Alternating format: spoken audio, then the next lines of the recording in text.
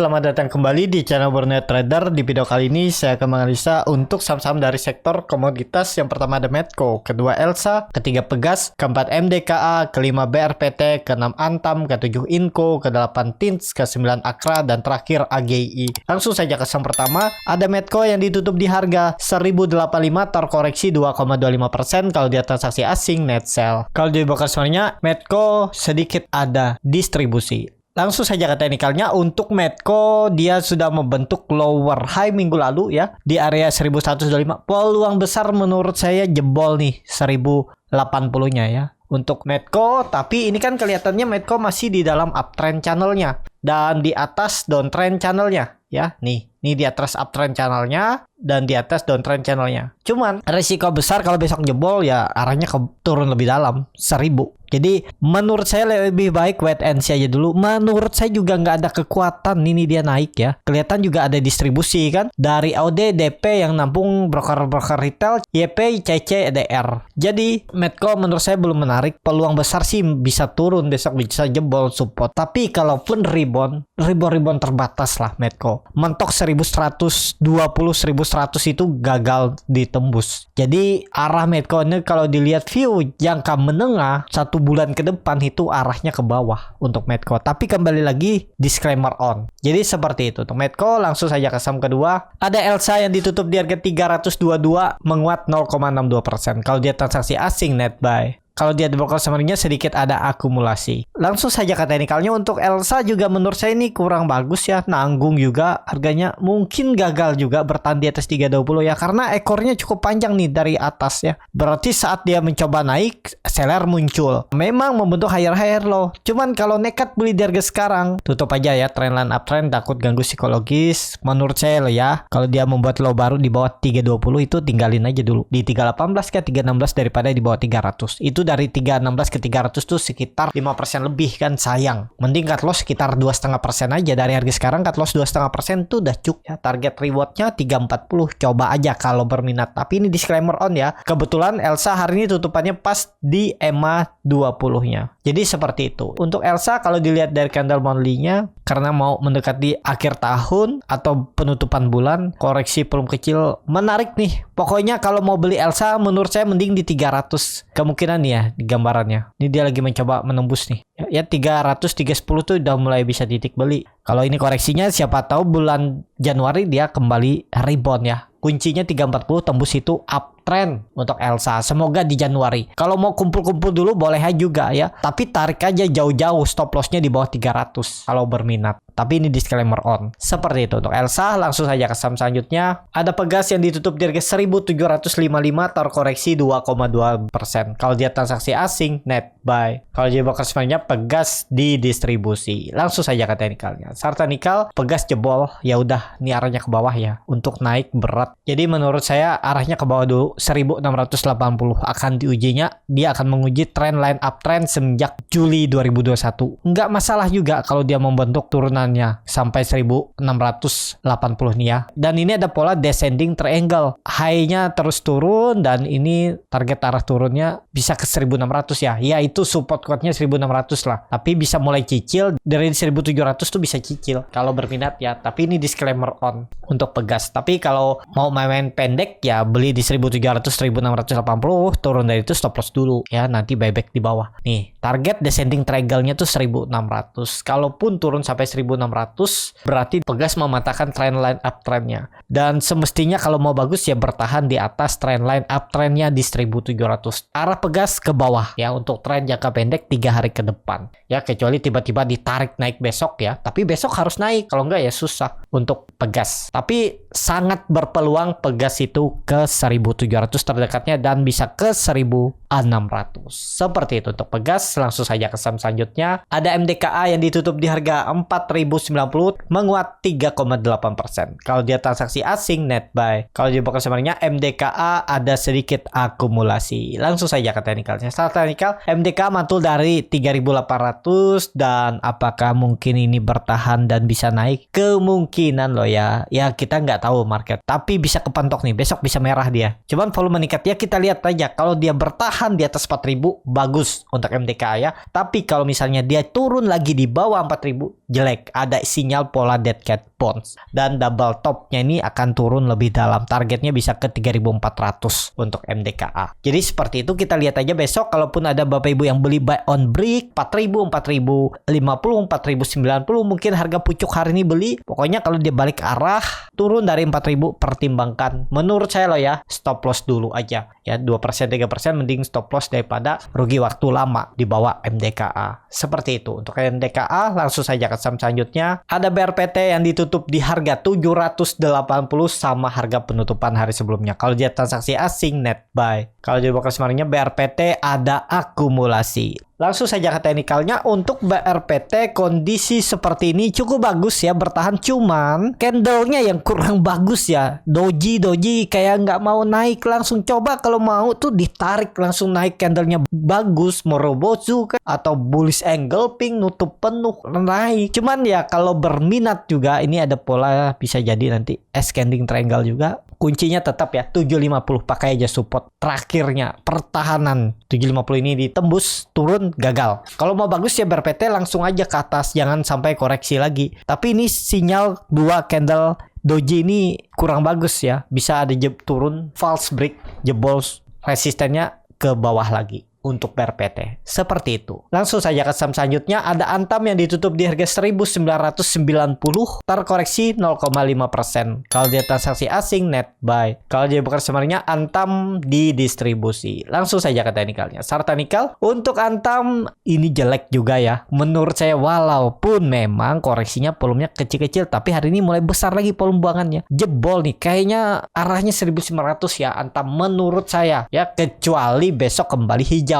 Cuman pakai aja supportnya 1900 itu kalau berminat ya untuk Antam. Tapi menurut saya daripada Bapak Ibu nunggu sampai 1900, misalnya ada yang kebeli tadi di 1990 atau 2000, besok koreksi lagi langsung tinggalin aja. Koreksi 1% 2%, stop loss aja dulu ya. Kalau mau bagus Antam besok langsung hijau lagi ke atas. Ini kan dia udah 2 kali mencoba menembus 2000 namun gagal terus. Jadi besok konfirmasinya kalau malah merah besok ya udah arahnya ke bawah menurut saya loh ya untuk Antam. Jadi seperti itu untuk Antam. Langsung saja ke saham selanjutnya. Ada Inco yang ditutup di harga 7.125 menguat 0,35%. Kalau dia transaksi asing net buy. Kalau dia bukan sebenarnya Inco di distribusi. Langsung saja ke teknikalnya. Kondisi seperti ini, polanya konsolidasi di range pendek seperti ini, ada peluang jebol support 7000 ya. Kita lihat aja. Menurut saya sih rawan nih untuk Inco. Kalau Bapak Ibu lihat nih, saya tarik trendline dari semenjak 17 November sebulan yang lalu, dia kan uptrend nih. Cuman gagal terus menembus 7500 dan itu dijebolnya trendline uptrend supportnya nih. Hati-hati nih.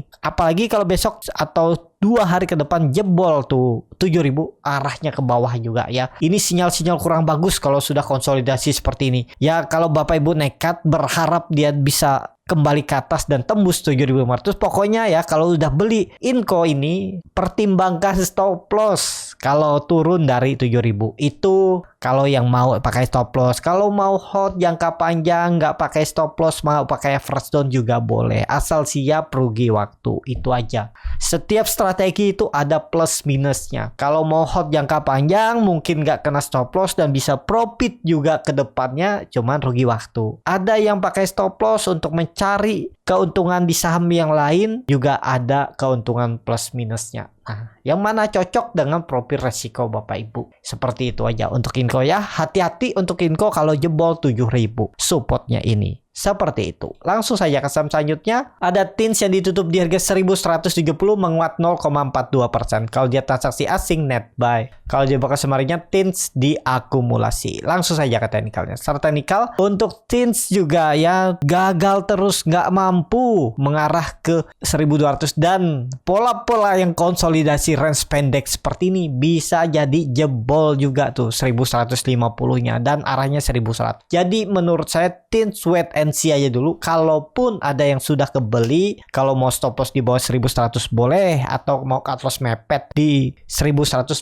boleh juga ya. TINS akan menarik kalau sudah di atas 1200. Ini gambaran saya. Kalau dia break 1200 ke arah 1300 dan koreksi 1200 mantul, nah itu menarik ya. Nih, cuman ya belum tembus tembus-tembus nih, kita lihat aja. Saya lebih suka melihat TINS itu kalau sudah di atas 1200. Saya akan perhatikan. Mending saya beli atas, risk-nya juga kecil, paling mentok saya cut loss. Kalau false break itu maksimal loh ya 3%. Bahkan bisa 2% aja sudah stop loss. Dan potensi profitnya itu minimal 5%. Nah, seperti itu ya. Kita tuh harus hitung risk rewardnya, strateginya seperti apa. Nggak selalu saham di support tuh bisa dibeli kalau indikasinya kurang bagus. Nah, untuk melihat indikasi seperti apa itu ya Bapak Ibu harus sering melihat chart ya. Nanti ke depannya juga pasti sudah terbiasa dan insting Bapak Ibu tuh bisa lebih kuat ya. Melihat, oh ini polanya biarpun disupport kayaknya ini susah naiknya. Bisa ada potensi jebol support. Nah, seperti itu. Itu pengalaman lagi ya.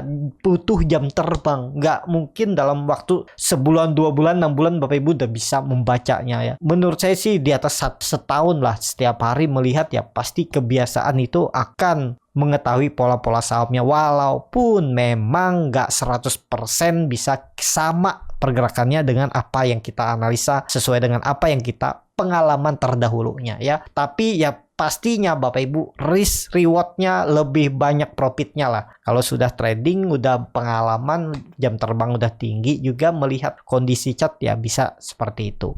Kalau Bapak Ibu mau belajar scalping juga bisa join di kelas scalping Borneo Trader. Nanti diajarin tuh bagaimana cari ARB Hunter, saham-saham yang naik hari ini ya. Seperti hari ini di kelas scalping itu profit daripada ya bangun dari ARB naik 8% ya, tambah ARB 7% jadi 15% dalam satu hari, dalam nggak nyampe sejam 2 jam ya udah bisa. Tris juga naik tadi, Wapo naik, Bell sempat naik tembus 150, di grup saya bilang tembus 150 buy on break itu dia sempat 160, udah lumayan juga profitnya. Dan juga ada Esta ya yang hari ini naiknya cukup signifikan, cuman memang nggak saya rekomendasikan di grup swing karena ya grup swing kan lebih banyak orangnya, jadi saya nggak tahu berapa modal mereka. Kalau trading di saham likuiditas kecil takutnya kelihatan banyak yang masuk malah nggak jadi naik ya. Kalau di scalping kan mereka tahu kalau memang nggak naik ya mereka harus stop loss di mana ya, karena harus mepet-mepet tuh stop lossnya. Jadi seperti itu. Untuk TINS langsung saja ke saham selanjutnya, ada Akra yang ditutup di harga 1380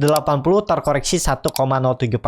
Kalau dia transaksi asing net buy. Kalau dia bukan sebenarnya Akra diakumulasi walaupun tipis. Langsung saja ke teknikal. Secara teknikal Akra kondisi seperti ini menurut saya arahnya ke bawah ya. Dia udah gagal bertahan di atas 1400 2 hari dan mencoba tembus gagal terus turun. Dia akan membentuk lower high-nya minggu lalu di 1380 dan arahnya ke bawah 1300 untuk Akra. Jadi untuk Akra lebih baik wait and see aja dulu, nanggung harganya jauh dari support 1300. Jadi seperti itu. Untuk Akra langsung saja ke saham selanjutnya, ada AGI yang ditutup di harga 1995 terkoreksi 3,62%. Kalau dia transaksi asing net sell. Kalau dia bukan sebenarnya AGI di distribusi. Langsung saja ke teknikalnya. Secara teknikal untuk AGI ini kan akhirnya jebol juga 2200, 2100 jebol 2000. Mungkin nggak ada pantulan. Ya ada peluang mantul, tapi mantul-mantul terbatas. Kalau dilihat kan udah 4 hari ini dia turun. Peluang mantul besok kalau ISG bagus ada peluang lah ya, tapi mantul-mantul terbatas. Mentok menurut saya 2080